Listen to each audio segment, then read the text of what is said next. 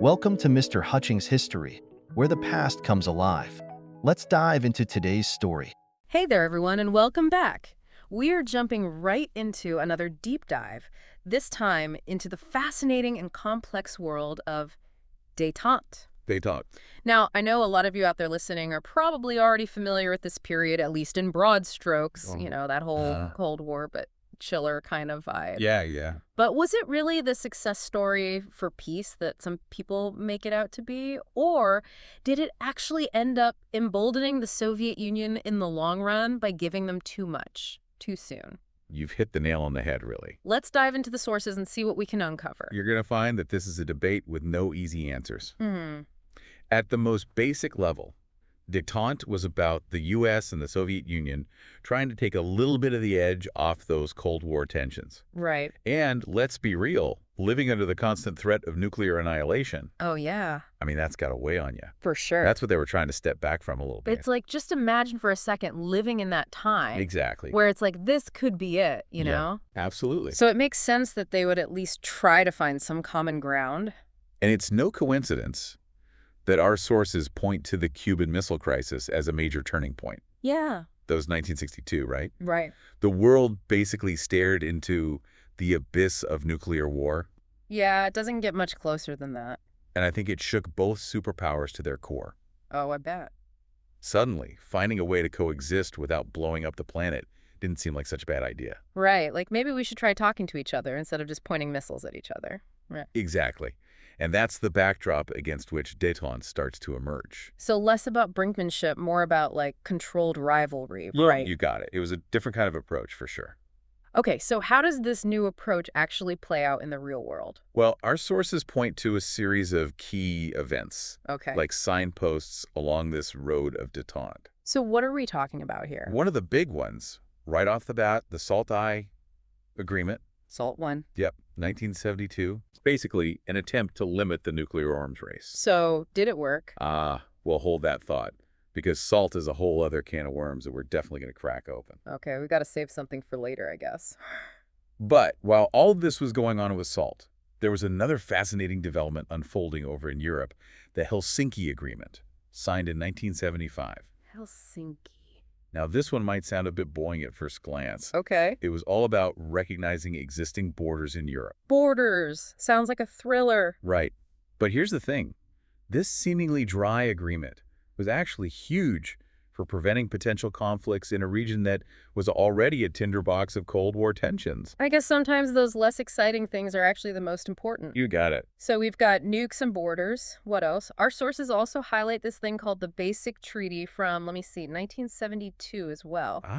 The Basic Treaty. This one was all about improving relations between East and West Germany. Right. Two sides of the same coin, divided by ideology and, of course, that infamous wall. Talk about a human drama in the middle Yeah. of all this Cold War stuff. Absolutely. And it reminds us that détente wasn't just some abstract geopolitical game. Right. It was about real people, families separated by the Iron Curtain, Wow. and these glimmers of hope for some kind of connection in this divided world.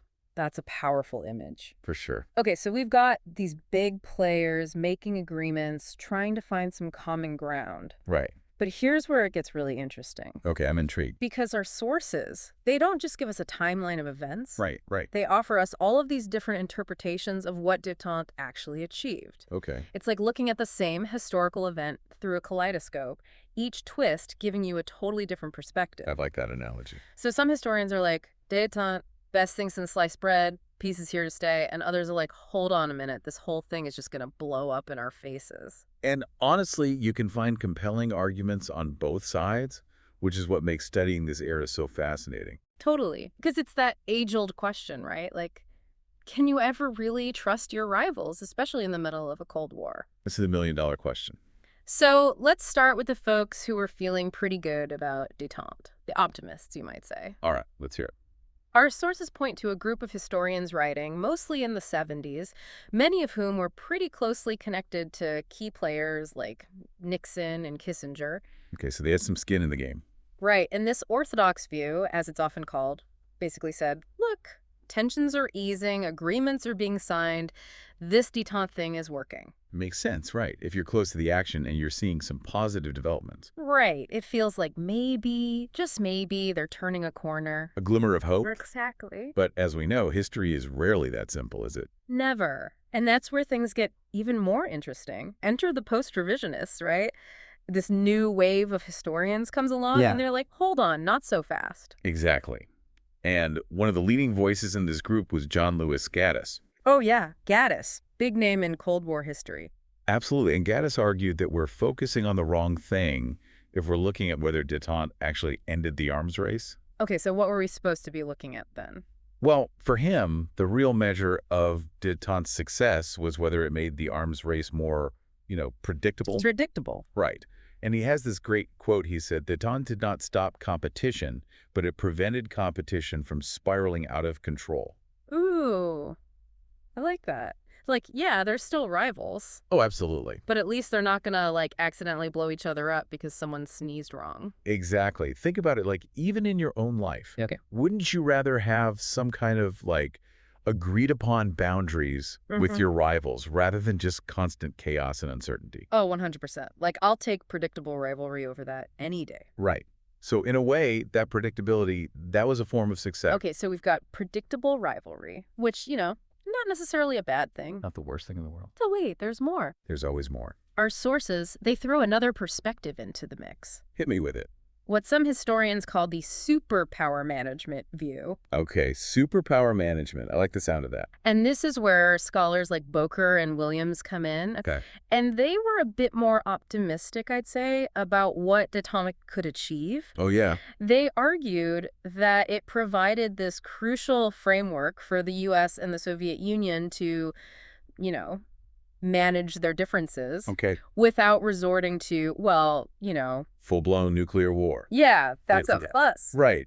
And you can't really argue with the fact that détente did open up those lines of communication. True. It established these mechanisms for dealing with disagreements, those inevitable bumps in the road when you're dealing with your arch nemesis. Right, but were those mechanisms enough? That's the question. Like, did they actually prevent conflict, or were they just putting a Band-Aid on, a much deeper issue? Right, good point. And this is where those criticisms of détente, especially from the right, start to come into sharper focus. Okay, so we've got the optimists, we've got the pragmatists. I have the critics. Exactly. No historical debate would be complete without a healthy dose of skepticism. Right. Keeps things interesting. Exactly. And our sources do a good job of, fleshing out that right-wing perspective at the time. Okay, so what were they saying? Well, they weren't convinced, to say the least. About the whole détente thing. Yeah, I mean, they argued that the U.S., they were basically being played. Played? Yeah, that we were giving the Soviets all this stuff, technology, financial assistance, without getting enough in return. And they were especially concerned about the human rights situation in the Soviet Union. Oh, absolutely. That was a huge point of contention. Right, because how can you talk about easing tensions and cooperation when you have these blatant human rights violations happening? It's the, moral dilemma at the heart of the whole thing. Yeah, exactly. So the question becomes, did the desire for stability, for dialing down the nuclear threat, did that lead the U.S. to make compromises that ultimately hurt its long-term interests? It's a question that still sparks debate today, For sure.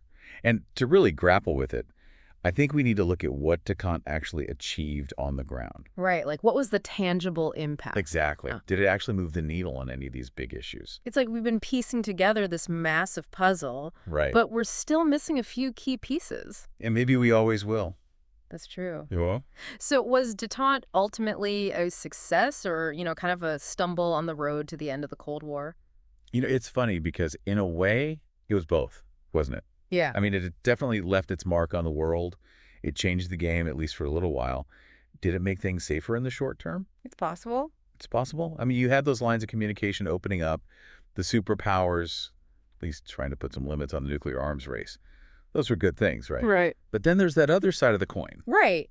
Did those same efforts actually embolden the Soviet Union? Exactly. Did it give them this, false sense of security, make them more likely to push the limits later on? It's a question that historians are still wrestling with today. And it's not just an academic debate either, is it? Not at all. Because here we are all these years later, and a lot of those same issues are back on the table. Oh, absolutely. I mean, think about it. Great power rivalries, the threat of nuclear proliferation. It's like we're kind of right back where we started. History rhyming, right? Exactly. Yeah. So what can we learn from all of this? If those leaders back then could have looked into a crystal ball and seen what we see now, what would they have done differently? It's a question worth asking, that's for sure. Right. Was there a path to, like, a better outcome that they just missed? Or was this whole détente thing that always destined to, kind of fall apart? These are the things that keep me up at night. Me too. But seriously, it makes you think about the choices that leaders have to make, especially when the stakes are so high. No margin for error. Exactly.